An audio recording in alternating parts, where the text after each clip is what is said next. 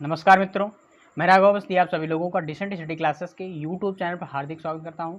आप इस क्लास में पढ़ते हैं कैड एंड कैम सब्जेक्ट को, computer aided designing and manufacturing subject को, जो कि पॉलिटेक्निक 4th सेमेस्टर का एक सब्जेक्ट है। जैसा कि आप लोगों को पता ही है कि आप लोगों की जो एग्जाम इस बार होने हैं वो ऑनलाइन होंगे और उसमें जो पेपर का पैटर्न होगा वो बहुविकल्पी क्वेश्चंस पर आधारित होगा। तो इसी चीज़ को ध्यान में रखते हुए मैंने आप लोगों के लिए बहुविकल्पी क्वेश्चंस की ऑनलाइन लेक्चर सीरीज स्टार्ट की है, जिसमें मैंने लगभग 4-5 चैप्टर पूरे कवर करवा दिए हैं। आज हम लोग इसमें देखने वाले हैं अगला चैप्टर, जिसका नाम है उत्पादन अनुप्रयोग या रैपिड प्रोटोटाइपिंग बोल सकते हैं।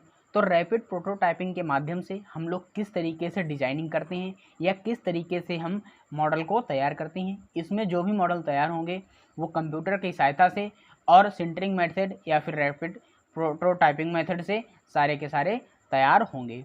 तो ये क्या है, एक बहुत ही ज़्यादा मॉडिफाइड सिस्टम है या फिर बहुत ज़्यादा मॉडिफाइड सिस्टम है जो आजकल बहुत ज़्यादा प्रयोग किया जा रहा है। इसके माध्यम से हम लोग जो जटिल और छोटी सी छोटी आकृतियाँ होती हैं, जैसे आप लोग बहुत सारी छोटी छोटी मूर्तियाँ देखते हैं जिनमें क्या है बहुत ज़्यादा छोटे छोटे पार्ट लगे होते हैं कि वो हम लोग नॉर्मल हाथों से नहीं बना सकते या फिर नॉर्मली मशीन पर वर्क नहीं कर पाती थी।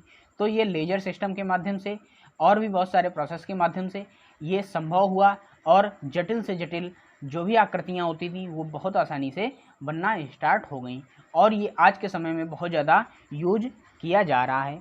तो इसी के बारे में हम लोग पढ़ेंगे और उस पर आधारित बहुविकल्पी क्वेश्चन को देखेंगे। इसमें 19 से 20 क्वेश्चन होंगे और उन्हीं क्वेश्चन के साथ में ये आपको पूरा चैप्टर भी फिनिश हो जाएगा।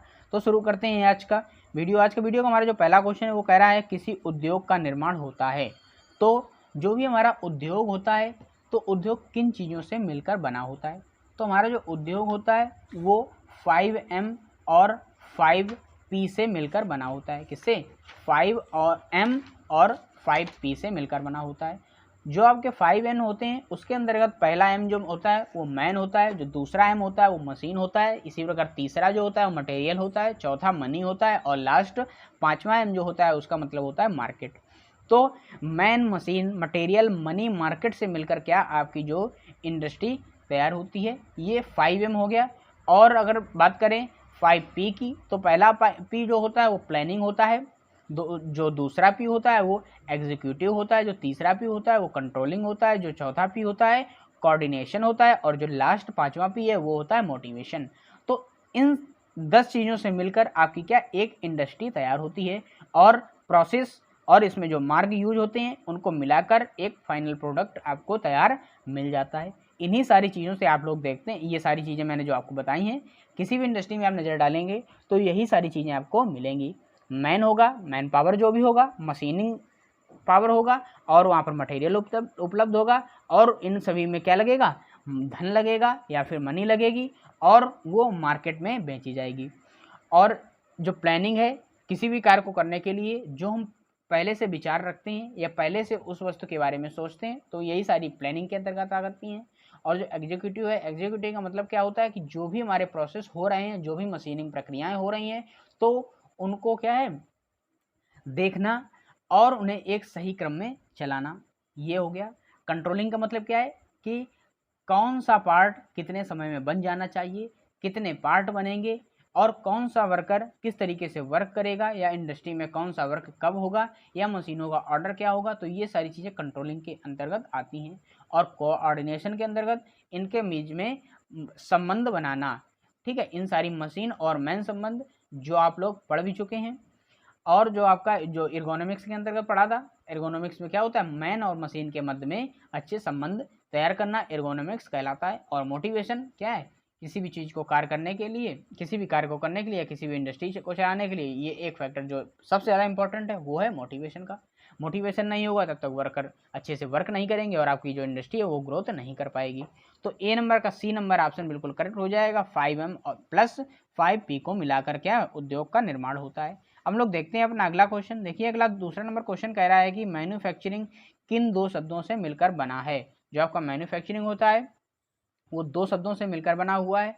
जो पहला शब्द होता है वो होता है मोनस्ट और जो दूसरा होता है वो होता है फोर्टस। क्या हुआ?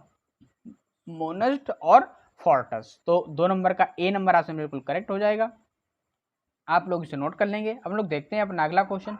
देखिए क्वेश्चन क्या है, ये इसमें आंसर तो नहीं दिए गए हैं, 4 विकल्प नहीं दिए गए हैं, लेकिन क्या है ये जो क्वेश्चन है ये खुद में एक विकल्प भी है और खुद में क्वेश्चन भी है।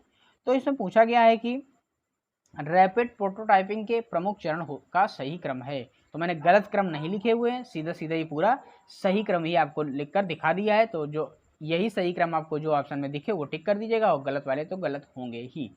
तो पहला होता है डिजाइन का कैड मॉडल तैयार करना। सबसे पहले हम लोग कैड मॉडल कैड कैम के माध्यम से तैयार करते हैं। फिर कैड मॉडल को STL फाइल में परिवर्तित करना। फिर हम लोग क्या कैड मॉडल को STL फाइल में कन्वर्ट करते हैं। फिर STL फाइल के बाद में STL फाइल की सतह को काट क्षेत्र में परिवर्तित किया जाता है। उसके बाद में सतह के अनुसार मॉडल का निर्माण किया जाता है और मॉडल की फिर सफाई की जाती है। तो इसी क्रम में क्या है हमारा प्रोटोटाइपिंग चलती है, या प्रोटोटाइपिंग के यही सारे चरण होते हैं। तो यही क्वेश्चन है, इसमें आंसर तो दिए नहीं गए, मतलब ऑप्शन नहीं दिए गए, तो यही इसका सही भी है। आप लोग इसे नोट कर लेंगे, इंपॉर्टेंट क्वेश्चन है, बहुत ज़्यादा पूछा जा सकता है आपके एग्जाम में। हम लोग देखते हैं चौथा नंबर क्वेश्चन। चौथा नंबर क्वेश्चन कह रहा है कि रैपिड प्रोटोटाइपिंग का प्रयोग किया जाता है। जो आपकी रैपिड प्रोटोटाइपिंग होती है उसका प्रयोग हम लोग क्यों करते हैं? तो उसका प्रयोग हम लोग टूल निर्माण में करते हैं, डिजाइन टेस्टिंग में करते हैं, उच्च गुणवत्ता में करते हैं। अगर हमें क्या टूल का निर्माण करना है तब भी हम लोग रैपिड प्रोटोटाइपिंग का प्रयोग करते हैं, और अगर हमें डिजाइन टेस्टिंग करनी है, ठीक है, तो उसमें भी हम लोग इसका प्रयोग करते हैं, और गुणवत्ता मापने में भी इसका प्रयोग किया जाता है। तो उसका डी नंबर ऑप्शन बिल्कुल सही हो जाएगा।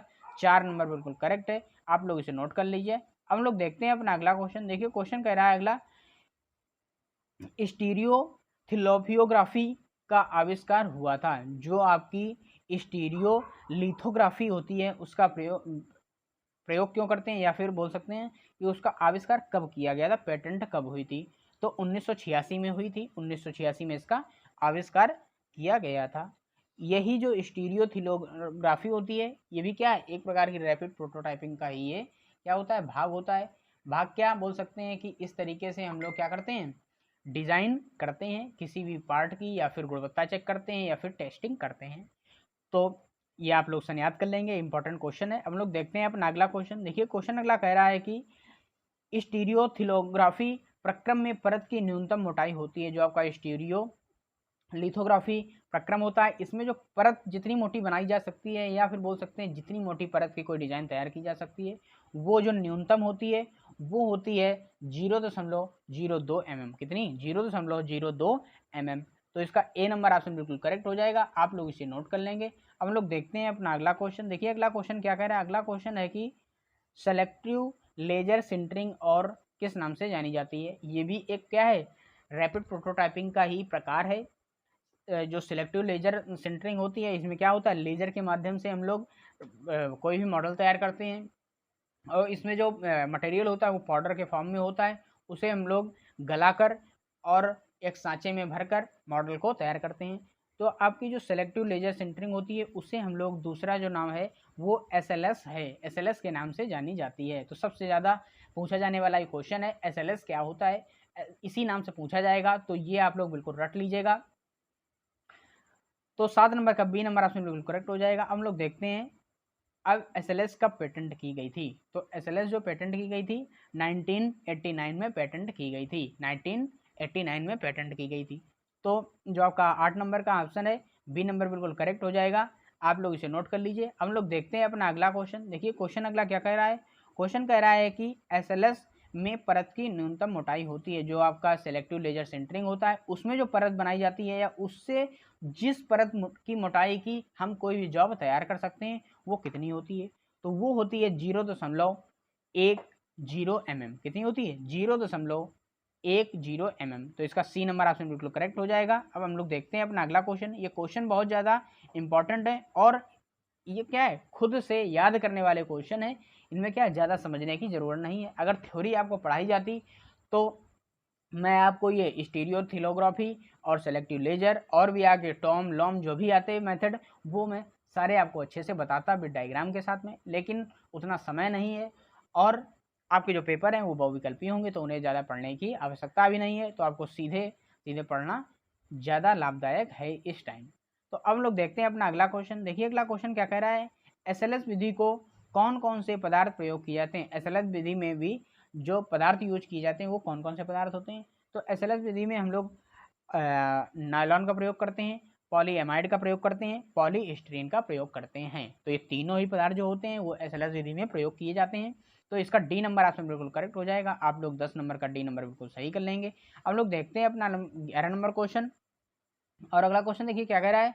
क्वेश्चन कह रहा है कि फ्यूज्ड डिपोजिशन मॉडलिंग और किस नाम से जानी जाती है। इसमें क्या होता है, फ्यूज लगे रहते हैं जिसमें हम लोग स्पार्किंग कराते हैं, स्पार्किंग के माध्यम से हम लोग क्या डिजाइन को तैयार करते हैं। तो हम लोग जो फ्यूज डिपोजिशन मॉडलिंग होती है उसे हम लोग FDM के नाम से भी जानते हैं। किसके नाम से, FDM से। F का मतलब फ्यूज्ड, D का मतलब डिपोजिशन, M का मतलब मॉडलिंग होता है। तो 11 नंबर का बी नंबर ऑप्शन बिल्कुल करेक्ट हो जाएगा। हम लोग देखते हैं अपना अगला क्वेश्चन। देखिए क्वेश्चन अगला कह रहा है कि FMD विधि में प्रतिरोधी हीटर का तापमान होता है। जो आपका FMD विधि होती है उसमें क्या करते हैं, हम लोग हीटर के माध्यम से टेम्परेचर देते हैं और जो वो टेम्परेचर होता है वो 180 डिग्री होता है। कितना होता है, 180 डिग्री होता है। तो आप लोग ये नोट कर लेंगे। अब लोग देखते हैं अपना अगला क्वेश्चन। देखिए क्वेश्चन क्या कह रहा है। क्वेश्चन कह रहा है कि FMD विधि में निर्माण पदार्थ को सामान्यतः कितने ताप से ऊपर रखा जाता है। जो आपका निर्माण पदार्थ होता है उसे सामान्यतः हम लोग कितने ताप से ऊपर रखते हैं। तो इसका जो आंसर सही हो जाएगा वो 0.5 अंश सेल्सियस हो जाएगा। तो इसका डी नंबर ऑप्शन बिल्कुल करेक्ट है। आप लोग ये सीधे याद कर लेंगे क्वेश्चन। हम लोग देखते हैं अपना अगला क्वेश्चन। देखिए क्वेश्चन अगला कह रहा है कि FMD विधि में परत की न्यूनतम मोटाई होती है। जो आपकी FMD विधि होती है, फ्यूज्ड डिपोजिशन मॉडलिंग जो होती है उसमें जो न्यूनतम परत बनाई जा सकती है, जितनी मोटाई की हम लोग जॉब तैयार कर सकते हैं वो कितनी होती है, तो वो होती है 0.15 mm। कितनी, 0.15 mm परत की हम लोग जॉब को तैयार कर सकते हैं। अब लोग देखते हैं अपना अगला क्वेश्चन। देखिए अगला क्वेश्चन है बहुत ज़्यादा इंपॉर्टेंट। ये क्या कह रहा है, लैमिनेटेड ऑब्जेक्ट मैन्युफैक्चरिंग को और किस नाम से जाना जाता है। ये जो अन्य नाम जो दिए गए हैं ये बहुत ज़्यादा इंपॉर्टेंट है। क्यों इंपॉर्टेंट है, क्योंकि इन्हीं नाम से पूछा जाता है। इतना बड़ा नाम पेपर में लिख कर नहीं आएगा और वो छोटा सा 3 शब्दों में ही लिखकर पूरा काम खत्म कर देगा। तो आप लोग को अगर नहीं पता होगा तो आप लोग समझ नहीं पाएंगे। क्वेश्चन आपको आता भी होगा तब भी आप लोग छोड़कर आ जाएंगे। तो आपका जो लैमिनेटेड ऑब्जेक्टिव मैन्युफैक्चरिंग होता है उसे हम लोग LOM लोम के माध्यम से जानते हैं, या लोम इसका अन्य नाम होता है। तो 15 नंबर का डी नंबर ऑप्शन बिल्कुल करेक्ट हो जाएगा। आप लोग इसे नोट कर लीजिए। हम लोग देखते हैं अपना अगला क्वेश्चन। देखिए क्वेश्चन कह रहा है लोम विधि में परत की न्यूनतम मोटाई होती है। जो आपकी लोम विधि होती है उसमें हम लोग कितनी न्यूनतम मोटाई की जॉब तैयार कर सकते हैं। उसमें जो हम लोग तैयार कर सकते हैं वो 0.05 मीटर की होती है। 0.05 मीटर की होती है। तो 16 नंबर का बी नंबर ऑप्शन बिल्कुल करेक्ट हो जाएगा। अब लोग देखते हैं अपना अगला क्वेश्चन। देखिए क्वेश्चन अगला क्या कह रहा है। क्वेश्चन कह रहा है 3D प्रिंटिंग को किसके द्वारा विकसित किया गया था। जो आपकी 3D प्रिंटिंग है वो किसके द्वारा विकसित की गई थी। जो 3D प्रिंटिंग है वो MIT के द्वारा विकसित की गई थी। किसके द्वारा, MIT के द्वारा। तो आप लोग ये सीधे याद कर लेंगे। अब लोग देखते हैं अपना अगला क्वेश्चन। देखिए क्वेश्चन अगला कह रहा है कि 3D प्रिंटिंग में परत की न्यूनतम मोटाई होती है। जो आपकी 3D प्रिंटिंग होती है उसमें कितनी मोटाई की हम लोग जॉब तैयार कर सकते हैं। तो उसमें जो होती है वो 0.05 mm की होती है। कितनी होती है, 0.05 mm की होती है। तो 18 नंबर का ए नंबर ऑप्शन बिल्कुल करेक्ट हो जाएगा। अब लोग देखते हैं अपना अगला क्वेश्चन। देखिए क्वेश्चन अगला कह रहा है कि 3D प्रिंटिंग किसके समान होती है। तो जो आपकी 3D प्रिंटिंग होती है वो जस्ट बिल्कुल SLS के समान होती है, सेलेक्टिव लेजर सिंटरिंग के समान होती है, सेलेक्टिव लेजर सिंटरिंग के समान होती है। तो 19 नंबर का सी नंबर ऑप्शन बिल्कुल करेक्ट हो जाएगा। ये सारे क्वेश्चन क्या है, बहुत ज़्यादा इनमें समझने की आवश्यकता नहीं है। ये सीधे सीधे आप लोग याद कर लेंगे और इसी तरीके से आपके पेपर में सीधे ये क्वेश्चन पूछे जाएंगे। तो देखते हैं आज का लास्ट और अंतिम क्वेश्चन। देखिए क्वेश्चन कह रहा है 3D प्रिंटिंग में सतह परिष्करण प्राप्त होती है। जो आपकी 3D प्रिंटिंग होती है ये भी या बोल सकते हैं रैपिड प्रोटोटाइपिंग ही जो होता है, इसमें हम लोग की जो सतह प्राप्त होती है या फिर जो जॉब की ऊपरी सतह होती है या फिर बाहरी आवरण होता है वो हमें किस तरीके का प्राप्त होता है। तो वो जो सतह होती है वो हमें रफ प्राप्त होती है। कैसी, रफ या फिर खुरदुरी बोल सकते हैं। और इसके बाद में हम लोग क्या करते हैं, फिर उसे अन्य प्रोसेस के माध्यम से हम लोग उसे स्मूथ बनाते हैं। लेकिन हम लोग जब रैपिड प्रोटोटाइपिंग करने के बाद में जॉब को तुरंत बाहर निकालते हैं, सांचे से बाहर या फिर मोल्ड के बाहर निकालते हैं, तो वो रफ हमें प्राप्त होती है। तो आप लोग ये सारे क्वेश्चन समझ लगे होंगे। तो इन्हीं 20 क्वेश्चन के साथ में आप लोगों को ये चैप्टर होता है पूरा का पूरा फिनिश। और अब आप लोगों का बचा हुआ है सिर्फ एक चैप्टर जो कि है रोबोटिक्स पर आधारित। उसका वीडियो मैं शाम तक आप लोगों को दे दूंगा। तो आज से आप लोगों का ये भी पूरा सब्जेक्ट हो जाएगा फिनिश। तो आप लोगों के 3 सब्जेक्ट हो गए पूरे फिनिश, हाइड्रोलिक्स, आरएसी और शाम से ये कैड भी हो जाएगा फिनिश बिल्कुल। तो अगर आप लोगों ने अभी तक ये सारे क्वेश्चन नोट नहीं किए हैं तो कॉपी पे नोट जरूर कर लीजिएगा, और अगर आपने पिछले वीडियोस नहीं देखे तो प्लेलिस्ट पर जाकर आसानी से वो सारे वीडियोस आप लोग वहाँ पर देख लीजिएगा, क्योंकि क्वेश्चन है उसमें बहुत ज़्यादा इंपॉर्टेंट। अगर आप लोगों ने अभी तक टेलीग्राम चैनल नहीं ज्वाइन किया है तो हमारे Telegram channel decent study classes को अवश्य ज्वाइन कर लीजिए, उसकी लिंक डिस्क्रिप्शन बॉक्स में मिल जाएगी। अगर आप लोगों को कोई भी किसी प्रकार का डाउट है तो कमेंट सेक्शन में आप लोग पूछ सकते हैं, आपको जवाब जरूर मिलेगा। और आपको कोई पर्सनल क्वेश्चन पूछना है तो टेलीग्राम डिस्क्रिप्शन बॉक्स में इंस्टाग्राम की लिंक दी गई है, वहाँ से आप फॉलो कर सकते हैं और वहाँ पर आप लोग क्वेश्चन पूछ सकते हैं। और आप लोगों को किसी भी प्रकार का डाउट होता है तो कमेंट में ज़रूर पूछिएगा। तो मिलते हैं अगले वीडियो में अगले चैप्टर के साथ में, तब तक के लिए जय हिंद, वंदे मातरम।